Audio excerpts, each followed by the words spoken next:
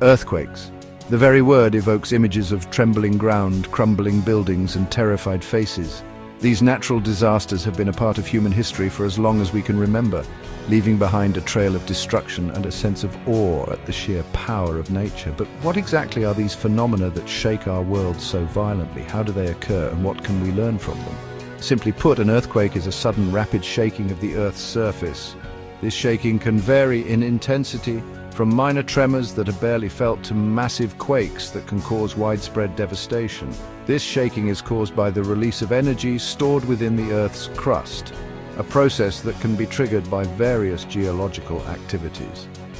The Earth's crust is made up of several large and small tectonic plates that are constantly moving, albeit very slowly. When these plates grind against each other, collide or pull apart, they can cause stress to build up in the crust. Eventually, this stress is released in the form of seismic waves propagating outwards in all directions.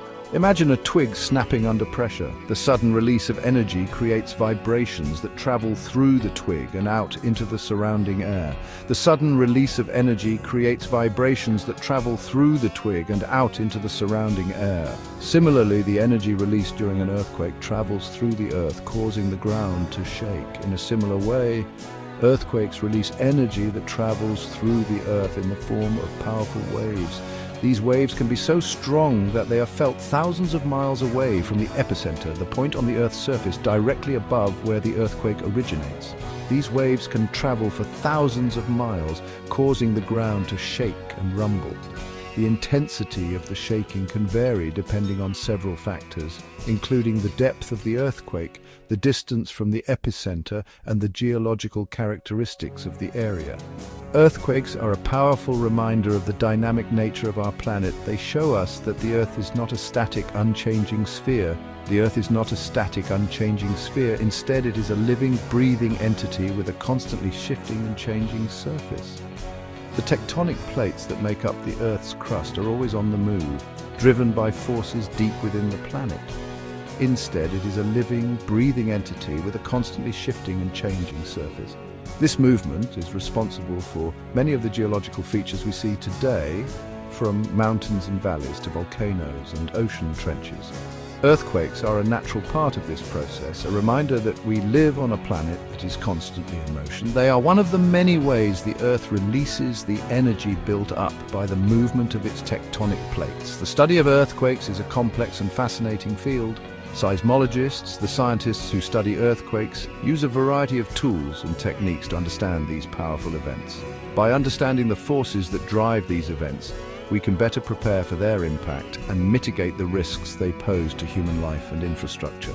Through research and technology, we can develop early warning systems, improve building codes, and educate the public on how to stay safe during an earthquake.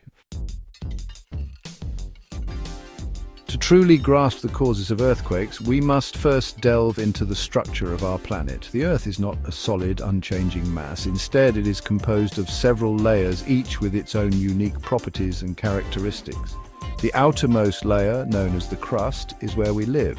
Beneath the crust lies the mantle, a thick layer of semi-solid rock that extends down to the Earth's core.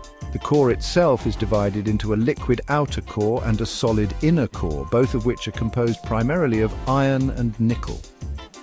Picture the Earth as a giant jigsaw puzzle, its surface composed of massive interlocking pieces called tectonic plates. These plates are not randomly scattered. They fit together in a very specific way, much like the pieces of a puzzle. Each plate has its own unique shape and size, and they all interact with one another in complex ways.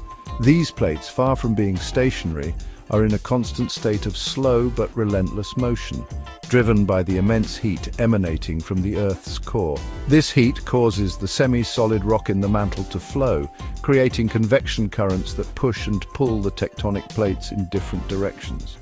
Over millions of years, this movement has shaped the surface of our planet, creating mountains, valleys, and ocean basins. These tectonic plates, which make up the Earth's lithosphere, the crust and upper mantle, are constantly interacting with each other. The lithosphere is broken into several large and small plates, each of which moves independently. As these plates move, they interact in various ways, depending on their relative motion and the type of boundary between them. They grind past one another, collide head-on, or slowly pull apart, creating a dynamic and ever-changing planetary surface. These interactions can be classified into three main types: divergent boundaries, where plates move apart; convergent boundaries, where plates move towards each other; and transform boundaries, where plates slide past one another. Each type of boundary is associated with specific geological features and processes. Think of a pot of boiling water.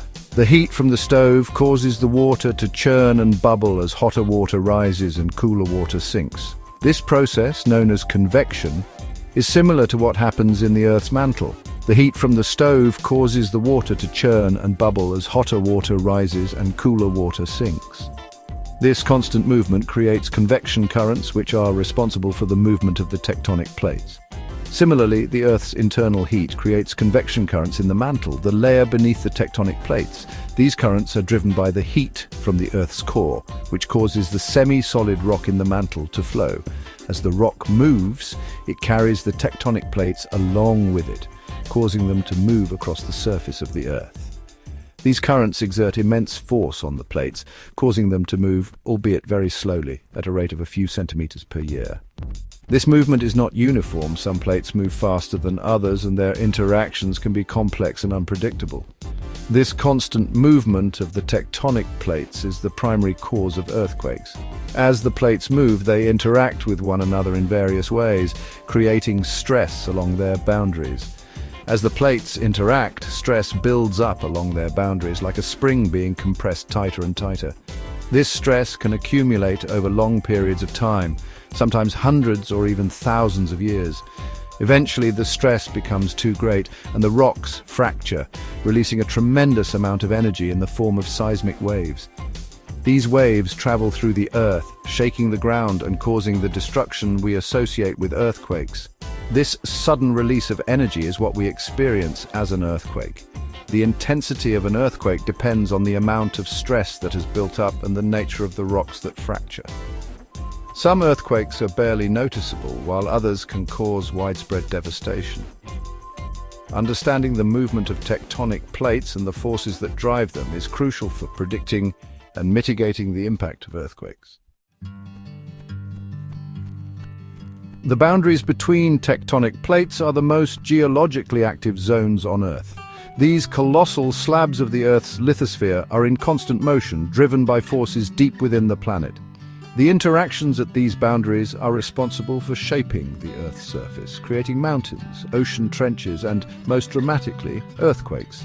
It's here that the majority of earthquakes occur, often with dramatic consequences. The sudden release of energy during an earthquake can cause widespread destruction, toppling buildings, triggering landslides, and even generating tsunamis. The aftermath of such events can be devastating, leaving communities to rebuild and recover. There are three main types of plate boundaries, each associated with different types of earthquakes. First, convergent boundaries. These are zones where two tectonic plates are moving towards each other. The collision of these massive plates can create some of the most powerful and destructive earthquakes known to humanity. Imagine two colossal tectonic plates colliding head-on. The immense forces involved in this collision can crumple and deform the Earth's crust, creating towering mountain ranges like the Himalayas. But the energy doesn't just go into building mountains, it also generates earthquakes. The immense pressure forces one plate to slide beneath the other in a process known as subduction. This process not only recycles the Earth's crust, but also generates significant seismic activity.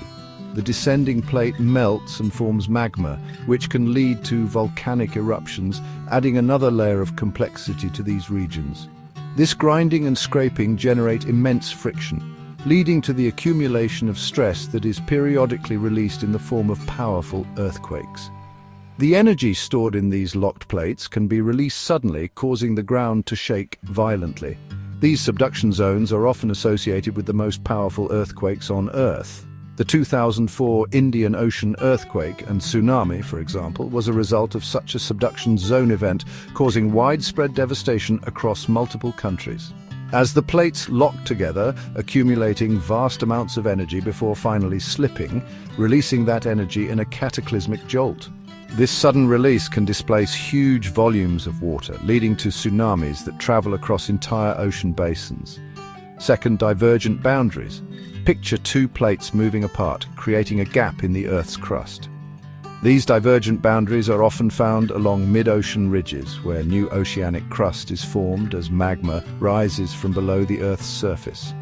Molten rock from the mantle rises to fill this void, creating new crustal material. This process is a continuous cycle, with new crust being formed and old crust being pushed away from the ridge. This process, known as seafloor spreading, is often accompanied by smaller, more frequent earthquakes as the plates pull apart and magma rises to the surface. These earthquakes are generally less destructive than those at convergent boundaries, but are a crucial part of the dynamic nature of our planet. Visualize two plates sliding horizontally past each other. These are known as transform boundaries, where the plates grind against each other without creating or destroying crust. This grinding movement, while seemingly subtle, generates significant friction and stress. The energy builds up over time until it is released in the form of an earthquake. When the stress exceeds the strength of the rocks, they fracture, resulting in earthquakes. These earthquakes can be particularly damaging because they often occur near the Earth's surface. The San Andreas Fault in California is a prime example of a transform boundary, where the Pacific Plate grinds against the North American Plate. This fault is notorious for producing significant earthquakes that have shaped the landscape and impacted human settlements. These plate interactions, while invisible to the naked eye, are the driving force behind the majority of earthquakes on Earth. The constant motion of the plates and the energy they release remind us of the dynamic and ever-changing nature of our planet. Understanding these processes is crucial for comprehending the seismic nature of our planet. By studying the movements and interactions of tectonic plates, scientists can better predict and prepare for the earthquakes that will inevitably occur, helping to mitigate their impact on human life and infrastructure.